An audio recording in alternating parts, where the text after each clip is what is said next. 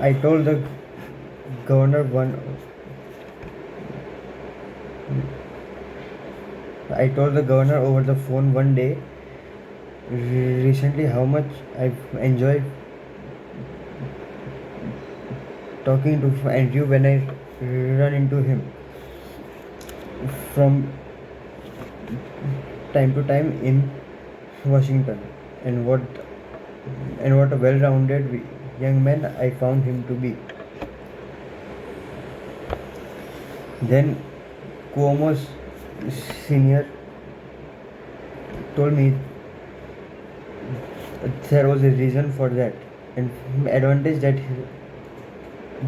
that few of us have, and Andrew was alert enough to reap the full advantage of it.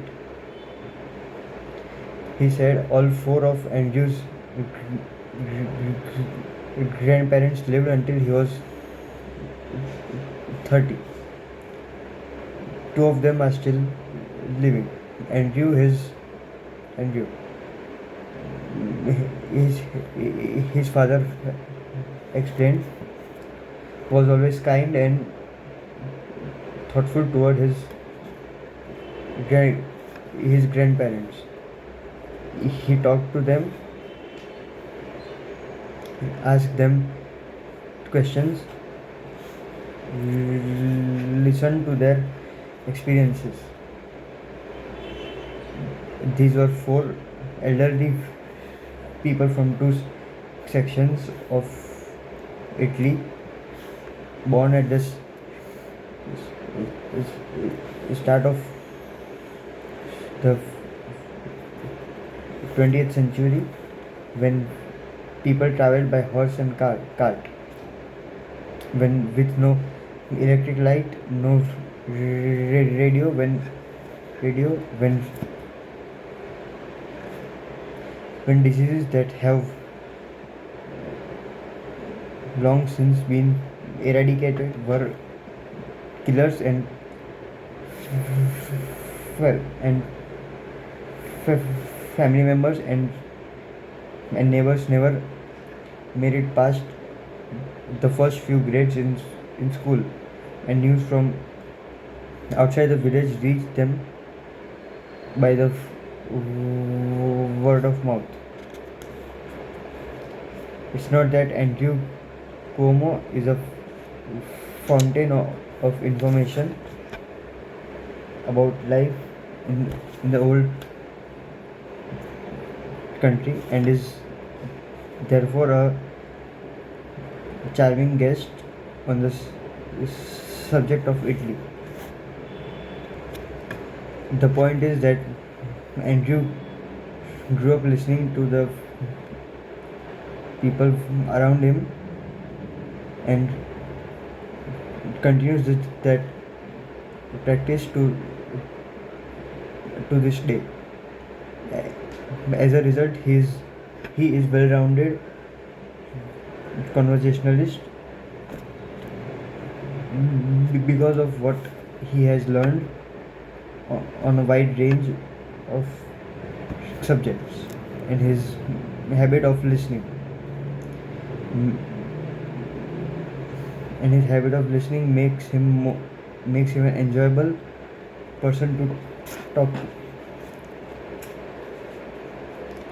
When Governor Cuomo made this point to me, he got me into thinking.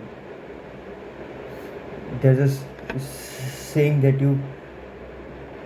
saying that you've broaden that you've broaden your horizon through travel,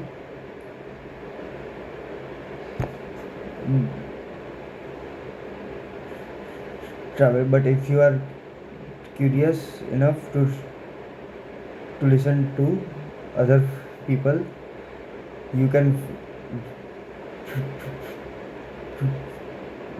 broaden your horizons without leaving your backyard. All of us had grandparents, maybe their They didn't live as long as Andrews, but chances are all of us have known people who lived well into their 80s or even their 90s. Some past 100, and we have probably soaked up information and stories and impressions from them that we won't even realize.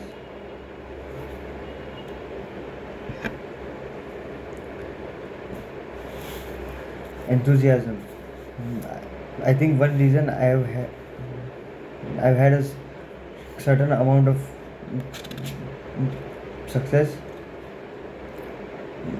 in broadcasting is that the audience can see that I love what I'm doing.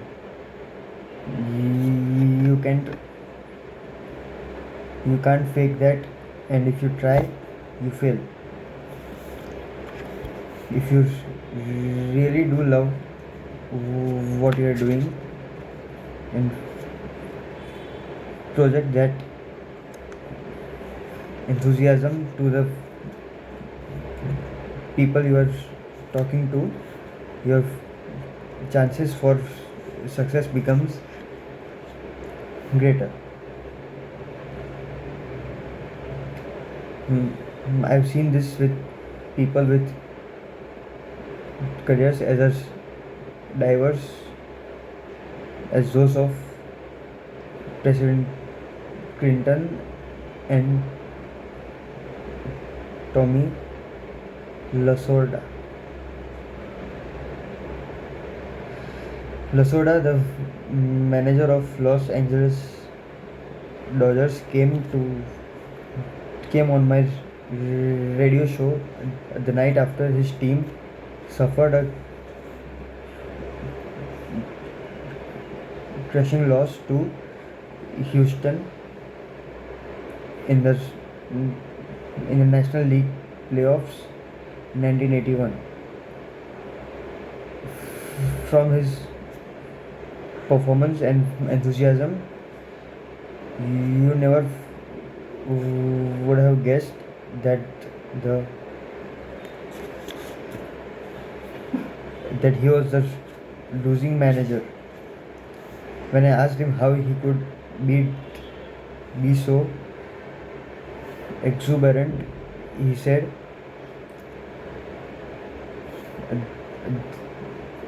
the the best day of my life is when I manage a winning game, and the second day best of my life is when I manage a losing game.